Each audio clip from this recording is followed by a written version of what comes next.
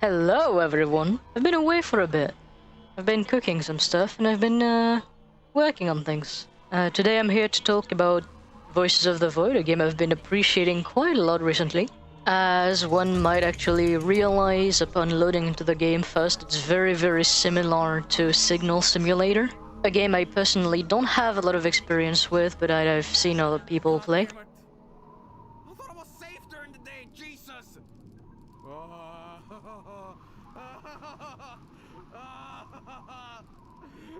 The main creator of the game, known as Eternity Dev, or more commonly known as Mr. Dr. Nose, directly exclaimed himself about the fact that he was inspired by Signal Simulator when he made this. It's very fun. It's like Signal Simulator meets Source Engine. It's very interesting. There's a lot of things to talk about in this. So let's get right into it.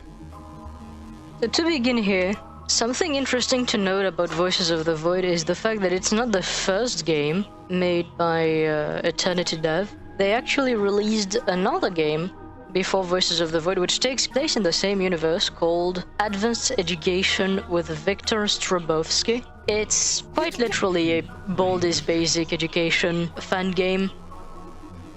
It has its own Easter eggs, which are canon to the Voices of the Void universe. Voices of the Void was also made as a partnership between Eternity Dev and another person called Monic Sanctifier. From what I've gathered, Monic Sanctifier is a asset maker for Voices of the Void.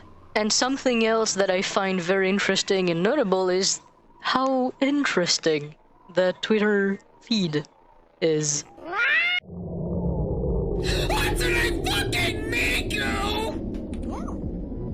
Yeah! Voices of the Void begins in a way that I find pretty interesting and that I would call pretty outdated. It forces you to go into the tutorial level. I find that interesting because there's not a lot of games that do that anymore. So you're forced to do the tutorial if you want to actually play the game, and that tutorial is pretty complete, forcing you to actually learn pretty much every mechanic of the game in about 15 minutes. I would say it's pretty efficient at what it does. You get to learn all of the controls, you get to learn about the physics system of the game, which is definitely not something the spiritual precursor to Voices of the Void had. Signal Simulator was way more stiff. After a while in the tutorial, you actually make your way to a room that contains the main mechanic of the game, the workstation. That workstation is comprised of 4 different terminals, along with the central computer. There's a terminal for catching the signal, a terminal for downloading it, a terminal to save it, and a terminal to refine the signal. We'll go back to refining a bit later, but that's essentially how the game teaches you about the central gameplay loop.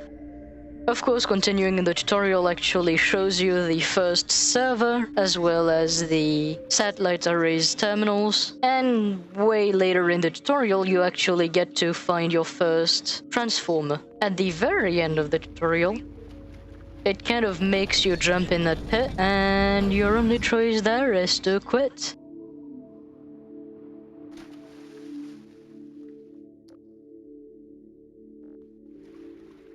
Or is it? I also kept hearing noises while in here, but surely that's nothing to worry about. Once you're finally done with the tutorial, you get thrown into the game. Your first vision is a dark forest and a path, very dimly lit. Your only choice? You walk.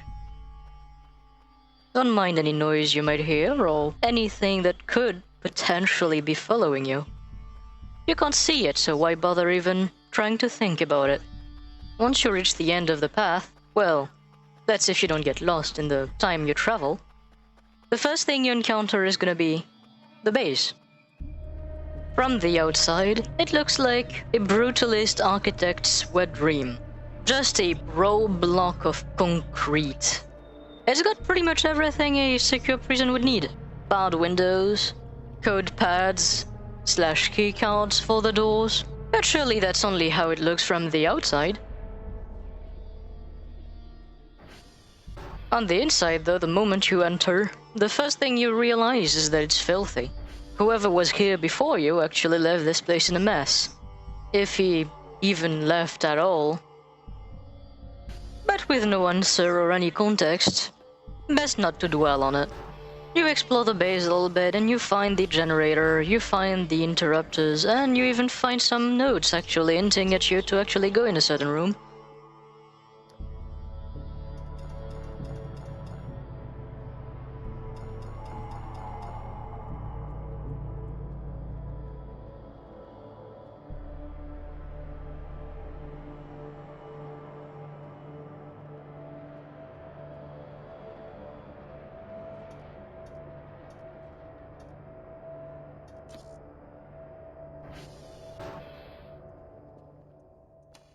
Where you can finally toggle all of the lights. Once that's done, you go in the main room and you start to settle a little bit, maybe collecting your first signal or two.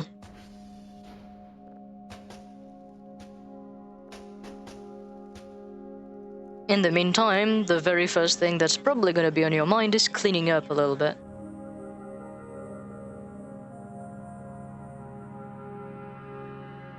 Upon starting the collection of your first signal, you realize that the satellite array that you've been seeing outside isn't just environment. Just like the main base, you can go to them, you can go and repair and do maintenance, and that's an element that kind of forces you to actually travel within the world.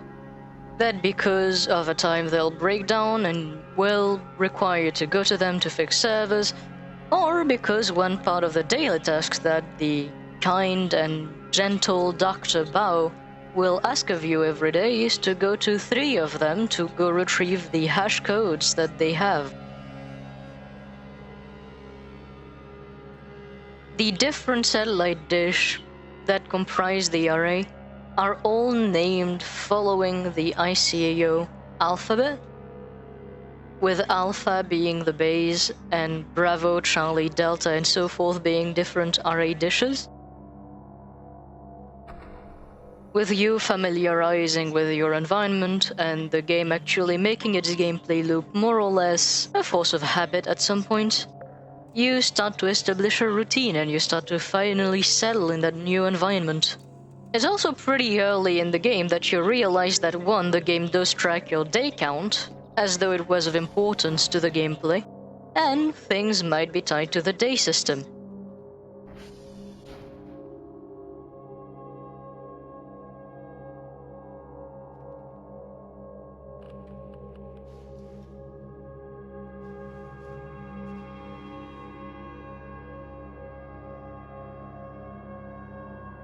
The first thing that makes you notice this is the meteor shower that you will see on day 2.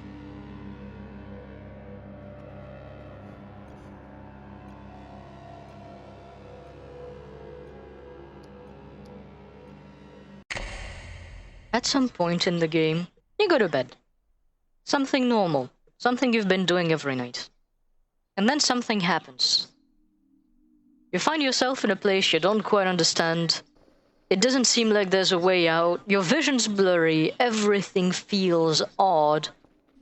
Sometimes you might even feel like you're being chased by something you can't quite see. And then you just wake up.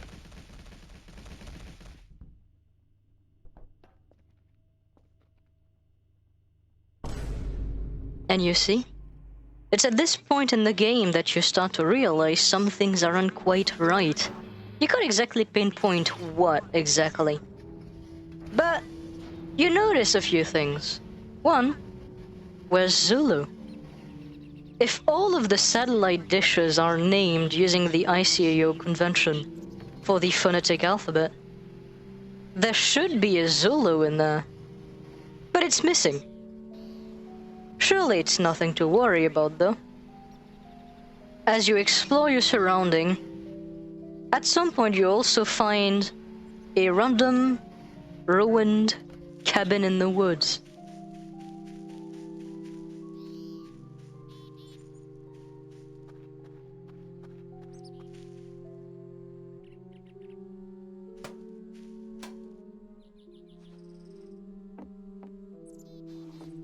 It seems to have belonged to someone who used to hunt. They're not here though anymore. What's left behind is a collection of trophies and a few weird items.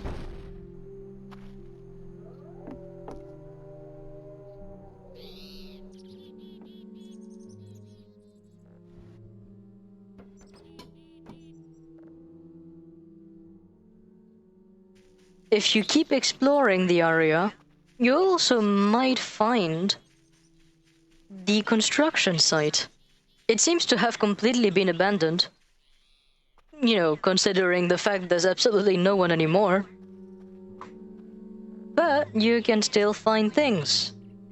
A notebook. A drive.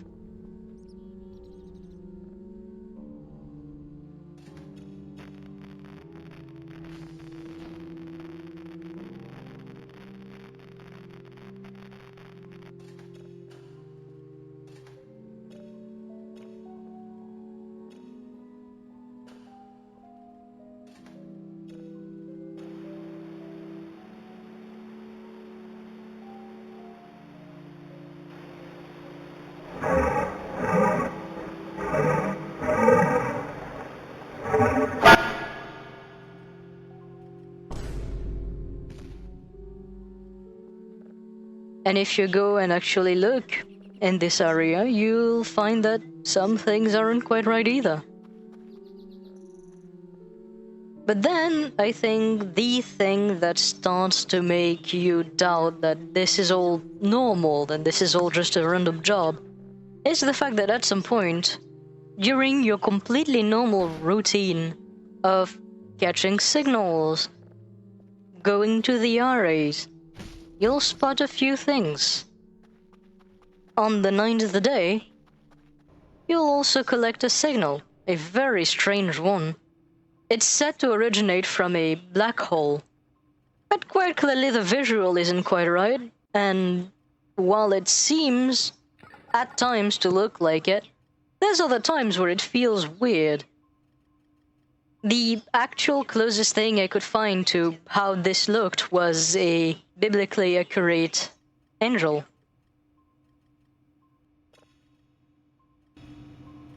And when you play the signal, an eerie music starts to peek its way through.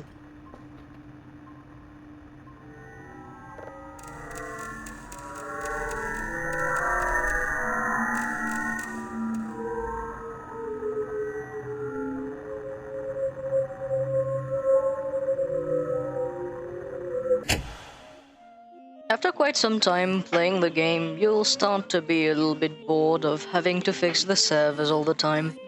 So, you browse the shop for an option, maybe look online to actually see what you can do about that. And that's when you hear about a little bot called Curfus. Through a weird partnership between Car 4 and the ASO, you have a little cat companion that you can basically send to work for you on fixing up all of the servers. Once you acquire him, you'll find that he is surprisingly useful in actually working for you. The other thing you'll notice is that the place feels a little bit less lonely, quite obviously. Even if it's just a robot, it still adds to it. Oh yeah, and you can give it cat pats. Although, I would refrain from doing too much of that.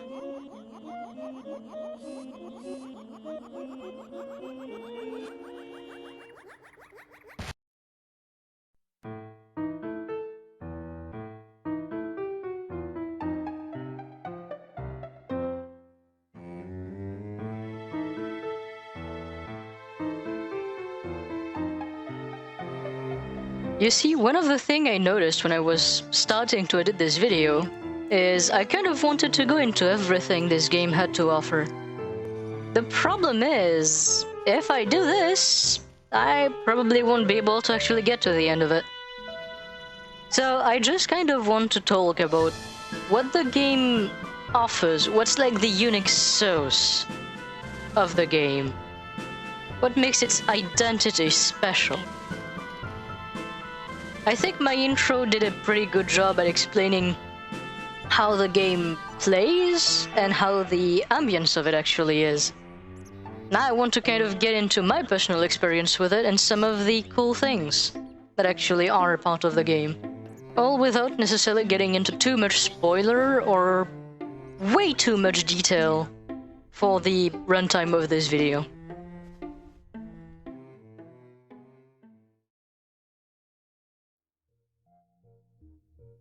One of the very first things I really enjoyed about Voices of the Void when I started playing it for the first time was the simple fact that it's basically a Source Engine game without being a Source Engine game. What I mean by this is that the game, Voices of the Void, has been fully built on Unreal Engine 4, but it uses a lot of audio assets from the Source Engine. And it also tries its very best to emulate the feeling of it. And it does a pretty good job at that. From the janky physics to the actual way the character moves. Gosh, I love the crouch jump. It's basically a Source Engine game. One nice thing that actually arises from the fact that it's a Source Engine game without being one is the fact that it actually recreates that feeling of loneliness that's present all throughout Half-Life 2, CSGO, Portal, or even Garry's Mod pretty well around its world. That's been another thing I really enjoyed with that game. Noticing how lonely this world is. Or rather, just this one parcel of land. It's realizing that loneliness isn't so much a feeling as a reality.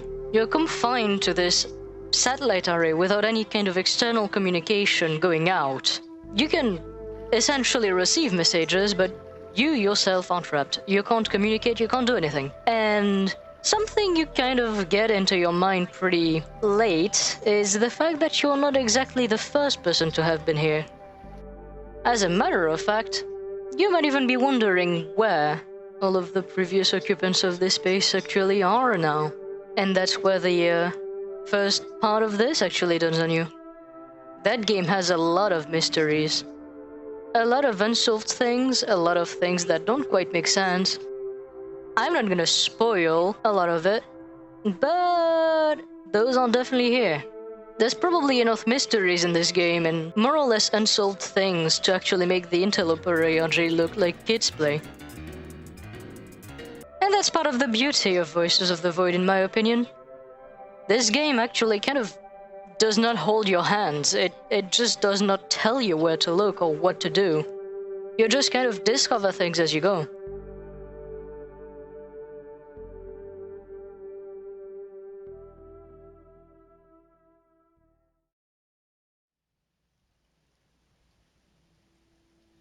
Hey guys, that's been a very long editing process, my god. I wanted to come here and talk a little bit at the end of this. I've been wanting to do this for a long while. Long form content, kind of essay-like. I'm glad I'm finally able to actually do this. I switched editing software, I did all of the nice things. And now I feel like that's finally the kind of content I can actually bring to the table. So definitely expect more of that, if this performs well. There's a few plans I have. I want to do some Rust content in the near future. I also have another similar video idea for another beautiful game in the back of my mind that's kind of been brewing for a bit. So once this is released, I'll be very certainly working on this. Anyway, thanks for watching if you're still there. Subscribing and ringing the notification bell would definitely mean a lot. It does help me quite a lot at this kind of channel size for me. I really hope you enjoyed it, and on this I'll see you on whenever my next video actually comes out.